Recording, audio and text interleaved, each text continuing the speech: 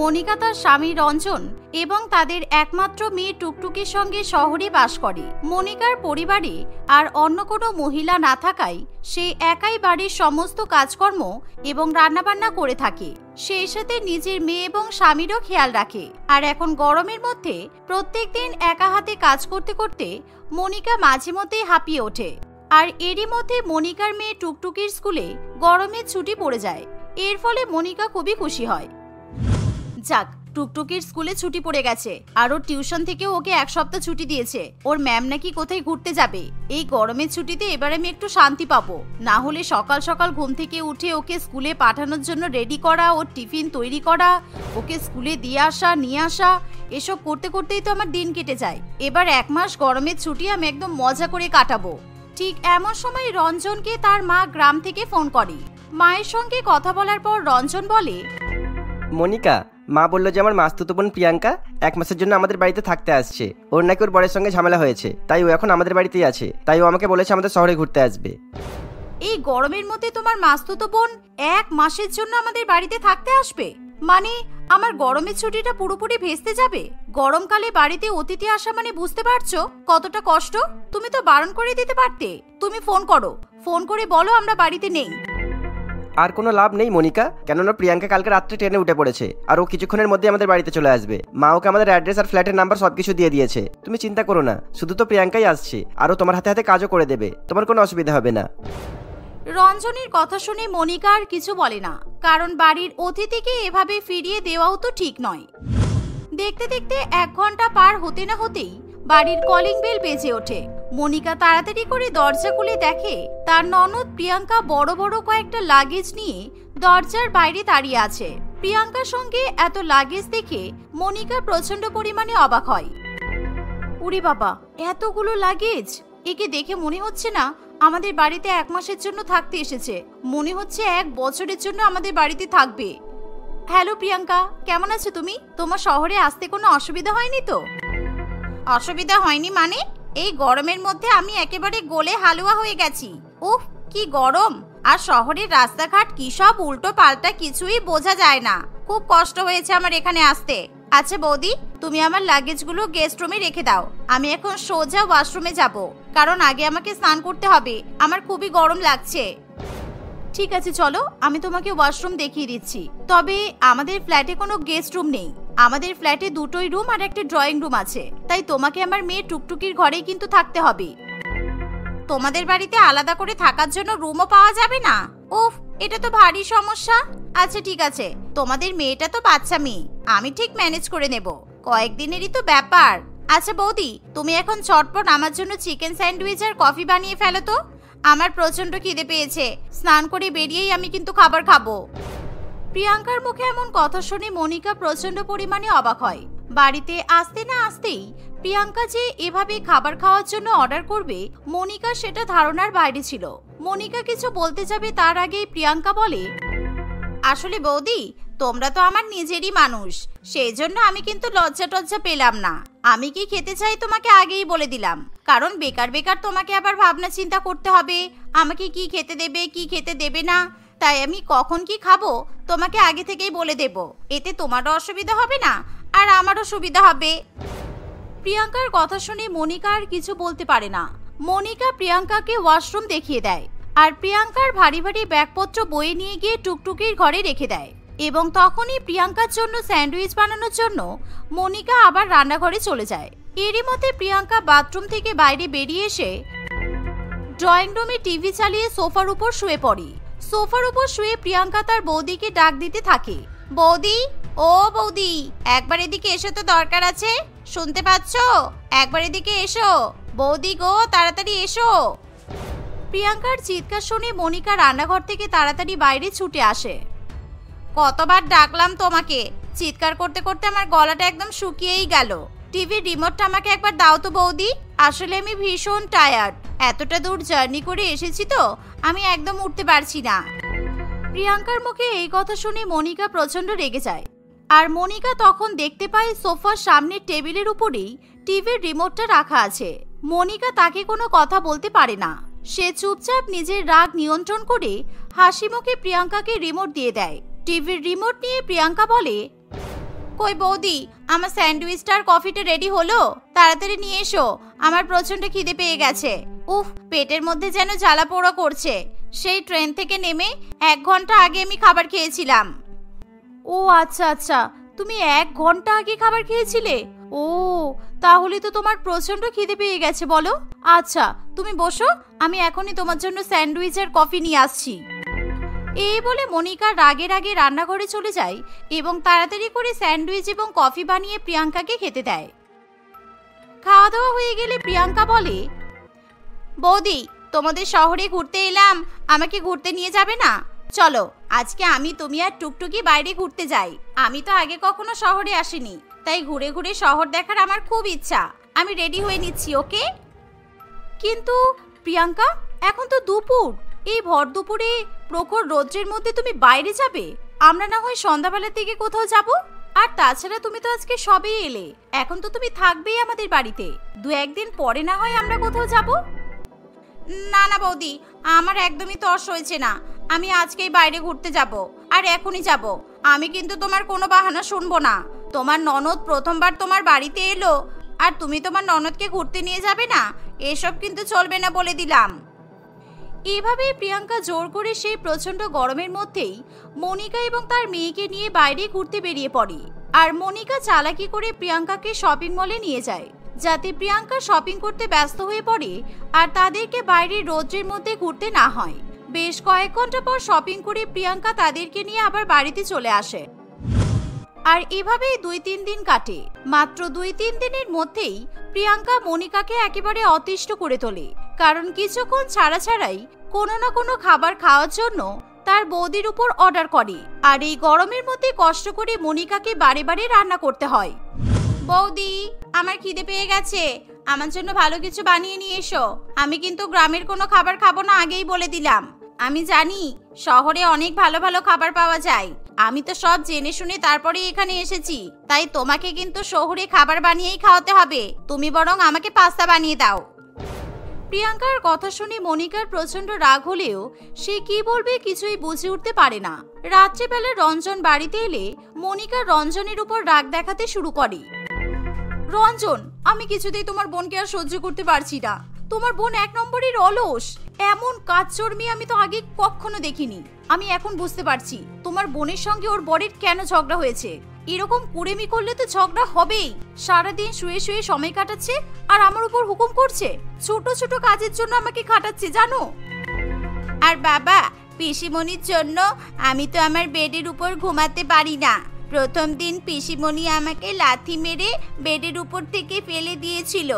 সেই ভয়ে আমাকে মেঝেতে ঘুমাতে হয়, আর নিচে মেঝে পর্যন্ত পাখার হাওয়া পৌঁছায় না। আমার এই গরমের মধ্যে ঘুমাতে খুব কষ্ট হচ্ছে বাবা। আমি তো তোমাদের কথাটা বুঝতে পারছি, কিন্তু এভাবে ওকে ডিরেক্ট তো বলা যাবে না বাড়িতে যাওয়ার কথা। কি করব আমি তো কিছু বুঝতে পারছি না। কি করতে হবে সেটা আমি বুঝতে পেরেছি, আর আমি এমনিও জানি তোমার দ্বারা কিছু হবে না। শুধু আমি যেটা করব তোমরা দুজনেই চুপচাপ দেখবে, কেউ কোনো কথা বলবে না, তাহলেই হবে। পরের দিন সকাল থেকে মনিকা প্রিয়াঙ্কাকে বাড়ি থেকে তাড়ানোর জন্য নানান রকম ফোন দিয়ে আঁটতে শুরু করে। মনিকা সকালে প্রিয়াঙ্কার জন্য কফি বানাতে চায়, তখন সে কফিতে চিনির বদলে ইচ্ছা করে নুন দিয়ে দেয়। আর সেই কফি যখন প্রিয়াঙ্কাকে খেতে দেওয়া হয়, এ বাবা, ইস থু, বৌদি এটা তুমি কি কফি বানিয়েছো? তুমি কফিতে চিনির বদলে নুন দিয়েছো? ইস, আমার গা একেবারে গুলিয়ে উঠেছে, মনে হচ্ছে আমি এবার বমি করে ফেলবো। কি বিভৎস, এই কফি কিছুতেই খাওয়া সম্ভব নয়। তুমি আমার জন্য আবার নতুন করে কফি বানিয়ে নিয়ে এসো, যাও। কি বলছো কি? আমি কফিতে চিনির বদলে নুন দিয়েছি? আসলে এই গরমের মধ্যে রান্না করতে করতে না আমি পাগল হয়ে গেছি। আচ্ছা দাঁড়াও, আমি তোমার জন্য এখনই কফি বানিয়ে নিয়ে আসছি। কিন্তু প্রিয়াঙ্কা, দুধ তো শেষ হয়ে গেছে। দুধ ছাড়া আমি তোমাকে কিভাবে কফি বানিয়ে দেব? তোমাকে এবার কফি খাওয়ার জন্য সন্ধ্যা পর্যন্ত অপেক্ষা করতে হবে। এই বলে মনিকা সেখান থেকে চলে যায়। কিছুক্ষণ পর প্রিয়াঙ্কার খিদে পেয়ে যাওয়ায় সে খাবার টেবিলে বসে খাবার চাইতে শুরু করে। বৌদি, তাড়াতাড়ি আমার জন্য খাবার নিয়ে এসো, আমার খিদে পেয়ে গেছে, তাড়াতাড়ি আমার খাবারটা আনো বৌদি। মনিকা সেখানে এসে আবার মিথ্যা অভিনয় করা শুরু করে দেয়।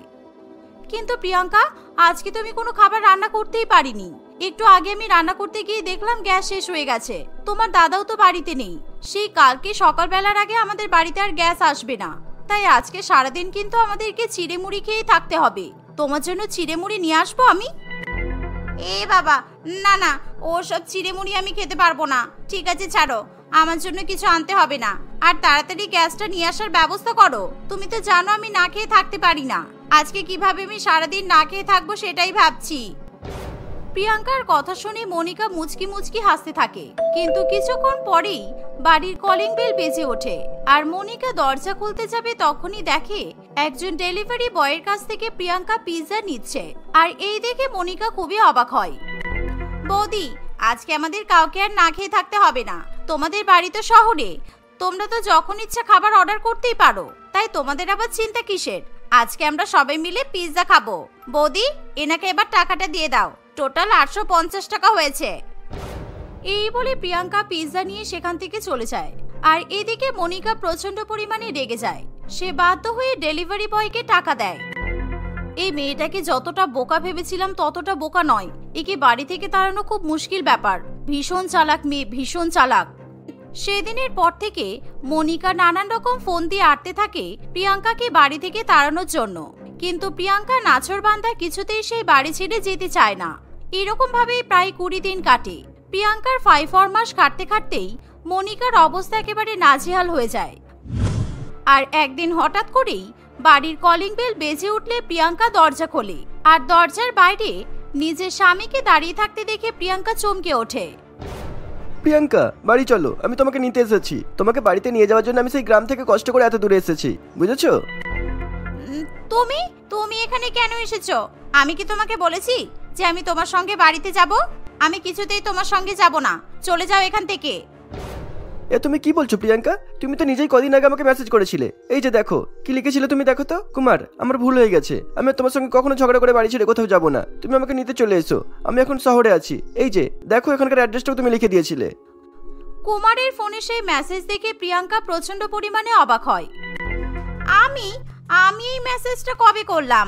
আমি তো তোমাকে কোনো মেসেজ করিনি। আমি সত্যি কিছু বুঝতে পারছি না। এই মেসেজটা কে করেছে? বোন, মেসেজটা যেই করুক না কেন, তোদের ঝামেলাটা তো মিটে গেছে। যাক, এবার তুই তোর বরের সঙ্গে বাড়ি ফিরে যা। আর রাগারাগি করিস না। বাড়ি গিয়ে মন দিয়ে সংসার কর। প্রিয়াঙ্কার আর কিছু করার থাকে না। সে বাধ্য হয়ে তার বরের সঙ্গে সেদিনই গ্রামে ফিরে যায়। আসলে রঞ্জন তার বউ এবং মেয়ের কষ্ট সহ্য করতে না পেরে নিজেই প্রিয়াঙ্কার ফোন থেকে কুমারকে মেসেজ করে। আর কুমার এসে প্রিয়াঙ্কাকে বাড়িতে নিয়ে চলে যায়। এর ফলে মনিকা এবং তার মেয়ে প্রচন্ড পরিমাণে খুশি হয়। প্রিয়াঙ্কা চলে যাওয়ার পর তারা শান্তি করে কিছুদিন গরমের ছুটি কাটানোর জন্য সপরিবারে ঘুরতে চলে যায়। ওরে বাবারে, কি গরম পড়েছে! এত গরমে কিছুতেই টেকা যাচ্ছে না। মনে হচ্ছে বরফের দেশে চলে গেলে হয়তো শান্তি পেতাম, কিংবা ফ্রিজের মধ্যে ঢুকে বসে থাকলে হয়তো ভালো হতো। এত গরম, বাবারে বাবা, আমি তো মরেই যাব মনে হচ্ছে। ঠিক এমন সময় সেখানে মোনালিসা দেবীর স্বামী রামপ্রসাদ বাবু চলে আসে। রামপ্রসাদ বাবু নিজের স্ত্রীকে দেখে প্রচন্ড পরিমাণে রেগে যায়, কারণ মোনালিসা দেবী একটা ছোট্ট গেঞ্জি এবং হাফ প্যান্ট পরে তাদের বাড়ির জানালার পাশে বসে থাকে। আর যা দেখে রামপ্রসাদ বাবু তার স্ত্রীকে কথা শোনানো শুরু করে। কি হলো গিন্নি, তুমি আবারও নাটক শুরু করেছো? এরকম ছোট গেঞ্জি আর হাফ প্যান্ট পরে তুমি জানালার ধারে বসে আছো? রাস্তা দিয়ে কত লোকজন আসা যাওয়া করছে। তোমাকে এরকম নির্লজ্জের মতো হাফ প্যান্ট গেঞ্জি পরে থাকতে দেখলে লোকজনে কি ভাববে? লোকে তো নানান রকমের কথা বলবে। তুমি লোকের কথা ছাড়ো তো। এখানে আমি গরমে কিছুতেই টিকতে পারছি না। এই গরমে আমি শাড়ি পরে ঘোমটা মাথায় দিয়ে বসে থাকবো নাকি? এমনিতেই গরম আছে, আমার মাথা আর বেশি গরম করাবে না। যাও এখান থেকে। আরে বাবা, আমি কি তোমাকে শাড়ি পরে মাথায় ঘোমটা দিয়ে বসে থাকতে বলেছি? নাকি আগেও কখনো তোমাকে আমি মাথায় ঘোমটা দিতে বলেছি? ঘোমটা দেবে কি দেবে না সেটা তোমার ব্যাপার। তাই বলে তোমার কি একটু লজ্জা নেই? এই বৃদ্ধ বয়সে তুমি এরকম ছোট বাচ্চাদের মতো হাফ প্যান্ট গেঞ্জি পরে বেড়াবে? আরে অদ্ভুত মানুষ তো তুমি। আমি কি হাফ প্যান্ট গেঞ্জি পরে বাইরে বেরোচ্ছি? আমি তো নিজের বাড়িতেই আছি। তাহলে কার কি সমস্যা? আর বাইরের লোক যদি জানালা দিয়ে উকি ঝুঁকি মেরে দেখে, তাতে তো আমার তো কিছু করার নেই। গরম লাগলে মানুষ কি করবে? একটা হালকা পাতলা জামা পরলে তো আরাম লাগে। আর তুমি তো জানো আমার গরম বেশি। এই গরমে জামা না পরলেই বোধহয় ভালো হয়। তোমার গরম বেশি নয়, বুঝেছো তো? তোমার নাটক বেশি। কেননা আমি জানি তুমি এরকম ছোট ছোট জামা কাপড় পরতে খুব ভালোবাসো, সেই জন্যই তুমি এরকম ছোট ছোট জামা কাপড় পরার বাহানা খোঁজো। হ্যাঁ, তুমি ঠিকই জানো আমার এরকম ছোট ছোট জামা কাপড় পরতে ভালো লাগে, কিন্তু তোমাকে বিয়ে করে তোমার লাইফটা শেষ হয়ে গেল। কোনোদিনও শর্ট ড্রেস পরে বাইরে তো বেরোতে পারলাম না। বিয়ের পর থেকে আমার গলায় তুমি শাড়ি ঝুলিয়ে দিয়েছো। আমার একটা মডার্ন পরিবারে বিয়ে হওয়ার কথা ছিল, জানো তো? ওই পরিবারে বিয়ে হলেই বোধহয় ভালো হতো, তাহলে আমি যখন ইচ্ছে সেখানে ওয়েস্টার্ন ড্রেস পরে যেতে পারতাম। বাড়িতে ছোট জামা পরেছি, তাতেও তোমাদের হিংসা। এভাবেই মোনালিসা দেবী তার স্বামীর সঙ্গে ঝগড়া করতে থাকে। মোনালিসা দেবী তার স্বামী রামপ্রসাদ বাবু, ছেলে মনোরঞ্জন এবং বৌমা অঙ্কিতার সঙ্গে বাস করে। আসলে মোনালিসা দেবী শর্ট ড্রেস পরতে খুবই পছন্দ করে। সবসময় নিজেকে মডার্ন সাজানোর তার খুব ইচ্ছা, কিন্তু নিজের স্বামীর জন্য এবং ছেলের জন্য সে কখনোই নিজের মনের ইচ্ছা পূরণ করতে পারে না। তাই সে বাড়িতেই নিজের ইচ্ছা পূরণ করার জন্য নানান রকম অজুহাতে ছোটখাটো জামা পরে বসে থাকে। শুধু তাই নয়, ছোট জামা পরে সে বাড়িতে বসে বসে টিকটক ভিডিও এবং রিলস ভিডিও করতে থাকে। আর এখন গরমকাল ছিল বলে মোনালিসা দেবী বাহানা দেওয়ার জন্য খুবই ভালো একটা কারণ পেয়ে যায়। এভাবে শাশুড়ি মা এবং শ্বশুর মশাই যখন ঝগড়া করতে ব্যস্ত থাকে, তখনই সেখানে তাদের বৌমা অঙ্কিতা চলে আসে। মা, বাবা, আসলে আমি বলতে এলাম যে আজকে আমার বাবা মা আমাদের বাড়িতে আসছে। আমাকে একটু আগে ফোন করেছিল। মা, কি রান্না করব একটু বলে দিলে ভালো হতো। কি, তোমার বাবা মা আসছে আবার? এই গরমের মধ্যে ওনাদের কি খেয়ে দিয়ে কোনো কাজ নেই? শুধু শুধু আমাদেরকে বিরক্ত করতে আসছে। এরকম করে কেন বলছেন মা? বিয়ের পর থেকে এই তো 1 বছর হলো। আমার বাবা মা কতবার এসেছে বলুন তো? সেই তো 6 মাস আগে একবার এসেছিল। তাছাড়া বাবা মা মেয়ের বাড়িতে আসতে পারবে না? বাবা, আপনি বলুন তো, আমার বাবা মায়ের কি ইচ্ছা করে না মেয়ে শ্বশুর বাড়িতে আসতে, মেয়ের সঙ্গে দেখা করতে?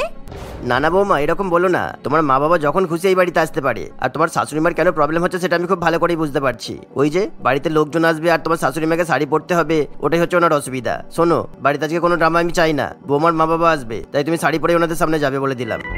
এই বলে রামপ্রসাদ বাবু সেখান থেকে চলে যায়। আর মোনালিসা দেবী আবার টিকটক ভিডিও করতে শুরু করে। বাবা মা আসবে বলে অঙ্কিতা মনে মনে প্রচন্ড খুশি থাকে। তাই সে তার বাবা মায়ের পছন্দ মতো অনেক ভালো ভালো খাবার রান্না করে। রান্না বান্না হয়ে গেলে অঙ্কিতা অত্যন্ত অধৈর্যের সঙ্গে তার বাবা মায়ের আসার জন্য অপেক্ষা করতে থাকে। কিছুক্ষণের মধ্যেই অঙ্কিতার বাবা মা দুজনেই চলে আসে। কেমন আছিস রে মা? কতদিন পর তোকে দেখলাম। জামাই বাবা সব ঠিক আছে তো? আর এই যে বিয়াই মশাই, অনেকদিন পর দেখা হলো। কাজকর্ম কেমন চলছে বলুন? এভাবে অঙ্কিতার বাবা মা সেখানে এসে সকলের সঙ্গে গল্প করতে শুরু করে। অঙ্কিতা তার বাবা মাকে বাড়ির মধ্যে নিয়ে এসে সোফার উপর বসতে দেয়। তারা সকলে মিলে গল্প করছে। এমন সময় সেখানে মোনালিসা দেবী চলে আসে। মোনালিসা দেবীকে দেখে সকলেই প্রচন্ড পরিমাণে অবাক হয়, কারণ সেই ইচ্ছা করে আরো ছোট ড্রেস পরে সকলের সামনে চলে আসে। আর এই দেখে অঙ্কিতার বাবা মা প্রচন্ড পরিমাণে লজ্জায় পড়ে। মোনালিসা দেবীর নির্লজ্জের মতো সকলের সামনে এসে বসে পড়ে। তাহলে বেয়াই মশাই কেমন আছেন? প্রচন্ড গরম পড়েছে তাই না? এই গরমে আপনাদের এত দূরে আসতে কষ্ট হয়নি তো? দেখুন না, আমি তো বাড়িতে কিছুতেই গরমে টিকতে পারছি না। সব সময় শুধু ঘেমে স্নান হয়ে যাচ্ছি। অঙ্কিতার বাবা মনোহর বাবু কিছুতেই মোনালিসা দেবীর দিকে তাকিয়ে থাকতে পারে না। সে অন্যদিকে তাকিয়ে কোনো রকমে তার কথার উত্তর দেয়। হ্যাঁ, প্রচন্ড গরম পড়েছে। এরকম পরিস্থিতিতে অঙ্কিতার স্বামী এবং শ্বশুরমশাই দুজনেই প্রচন্ড বিব্রত বোধ করে। তারা খুব ভালো মতোই বুঝতে পারে মোনালিসা দেবীর জন্য অঙ্কিতার বাবা মা ঠিক মতো বসে মন খুলে কথাও বলতে পারছে না।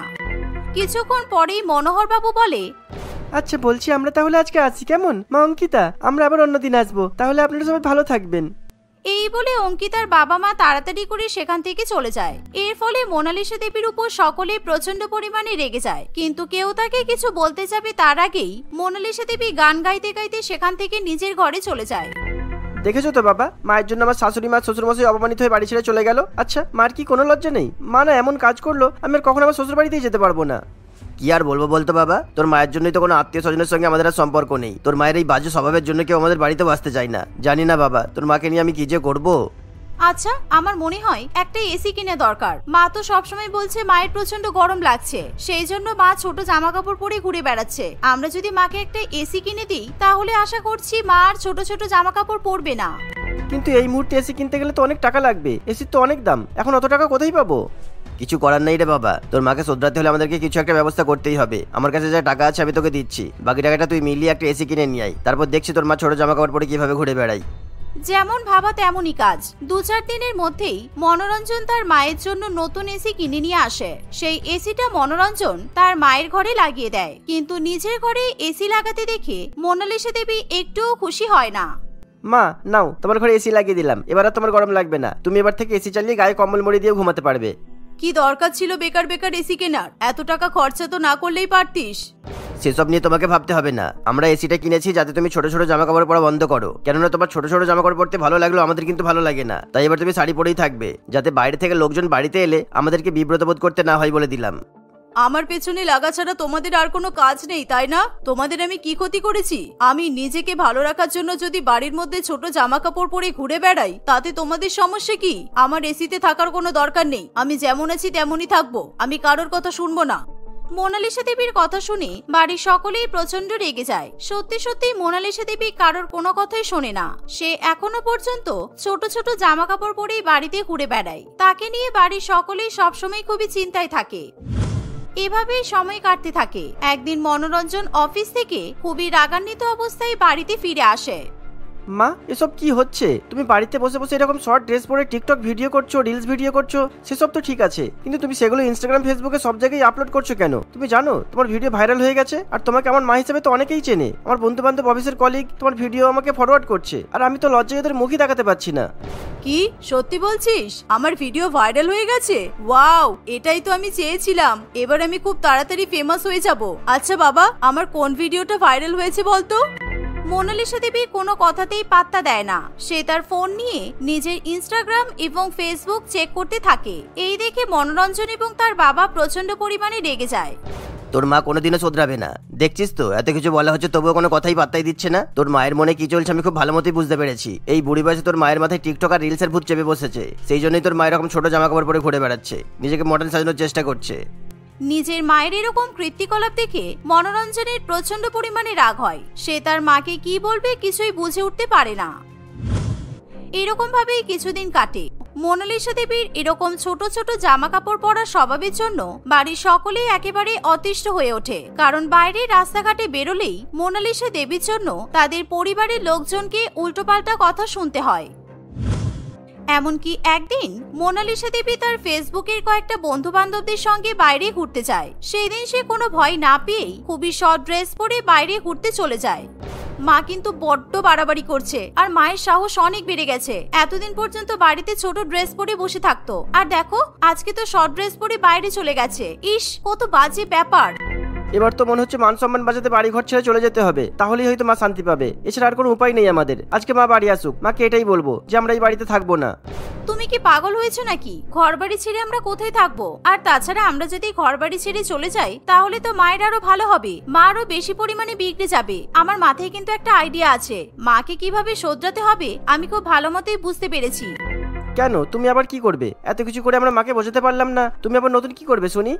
আমার একটা বন্ধু আছে, ও একটু পাগল টাইপ। ও নানান রকমের পোকামাকড় বাড়িতে পুষে রাখে, কারণ এসব করতে ওর ভালো লাগে। আমার মনে হয় ওই এখন আমাদেরকে সাহায্য করতে পারবে। অঙ্কিতার কথা মনোরঞ্জন কিছুই বুঝতে পারে না। অঙ্কিতা তখনই তার বন্ধুকে ফোন করে এবং তার বাড়িতে কিছু পোকামাকড় দিয়ে যাওয়ার জন্য বলে। পরের দিন অঙ্কিতার বন্ধু আকাশ একটা ছোট কৌটো করে খুবই ছোট ছোট দেখতে কিছু পোকামাকড় অঙ্কিতার বাড়িতে দিয়ে যায়। অঙ্কিতা লুকিয়ে লুকিয়ে সেই কৌটোটা নিজের ঘরে রেখে দেয়। রাত্রিবেলা যখন খাওয়া দাওয়া করে মোনালিসা দেবী ঘুমাতে চলে যায়, তখন অঙ্কিতা লুকিয়ে লুকিয়ে তার শাশুড়ি মায়ের ঘরে সেই কৌটোটা নিয়ে যায়, আর তার শাশুড়ি মায়ের বিছানার উপর সেই ছোট ছোট পোকামাকড় গুলো ছেড়ে দেয়। কিছুক্ষণের মধ্যেই সেই পোকামাকড় গুলো মোনালিসা দেবীকে কামড়াতে শুরু করে। এর ফলে তার সারা শরীর চুলকাতে থাকে। ওরে বাবারে, আমার সারা শরীর চুলকাচ্ছে কেন? উফ, মরে যাব মনে হচ্ছে। বাবারে বাবা, কি হলো কি জানি। এই, কে কোথায় আছো? শুনতে পাচ্ছ? আমাকে বাঁচাও, আমার সারা শরীর চুলকাচ্ছে। সেদিন সারা রাত ধরে মোনালিসা দেবী শুধুমাত্র গা হাত পা চুলকাতে থাকে, কিন্তু তবুও ইচ্ছা করে কেউ তার দিকে খেয়াল করে না। পরের দিন সকালবেলা মোনালিসা দেবীর ত্বকের অবস্থা খুবই খারাপ হয়ে যায়। তার পুরো ত্বক লাল টুকটুক করে। এমন পরিস্থিতিতে রামপ্রসাদ বাবু তার একটা ডাক্তার বন্ধুর কাছে নিজের স্ত্রীকে নিয়ে যায়, যার সাথে রামপ্রসাদ বাবু আগে থেকেই কথা বলে রাখে। দেখুন এত গরম পড়েছে, আর এই গরমকালে অনেক ছোট ছোট পোকামাকড় কিন্তু বাড়ির চারিদিকে ঘুরে বেড়ায়, আর সেই সমস্ত ছোট ছোট পোকামাকড় আপনাকে কামড়েছে বলেই আপনার অ্যালার্জি হয়েছে। ভাগ্যিস আপনার বড় কোনো ক্ষতি হয়নি। এই গরমকালে হালকা পাতলা কাপড় পরে পুরো শরীর ঢাকা দিয়ে ঘুমানোর চেষ্টা করবেন, তাহলে দেখবেন আর কিচ্ছু হবে না। আর আমি ওষুধ লিখে দিচ্ছি, এটাতেই অ্যালার্জি কমে যাবে। হ্যাঁ ডাক্তার বাবু, আমিও ভেবে নিয়েছি আমি এবার শাড়ি পরেই থাকবো। আসলে কালকে ছোট জামা প্যান্ট পরে শুয়ে পড়েছিলাম বলে আমার সাথে এরকম হলো। তখনও পর্যন্ত মোনালিসা দেবীর কথাতে রামপ্রসাদ বাবু কিছুতেই বিশ্বাস করতে পারে না, কিন্তু সত্যি সত্যি মোনালিসা দেবী বাড়িতে এসে শাড়ি পরা শুরু করে, আর তাকে শাড়ি পরতে দেখে বাড়ির সকলেই খুবই খুশি হয়। কি দেখলে তো, আমি তোমাকে বলেছিলাম না আমি ঠিক মাকে শুধরে দিতে পারবো। বৃদ্ধ বয়সে মায়ের ছোট ছোট জামা কাপড় পরার চুলকানি পুরোপুরি বন্ধ হয়ে গেছে, আর মায়ের চুলকানি বন্ধ করার জন্য আমাদের চুলকানির সাহায্য নিতে হয়েছে।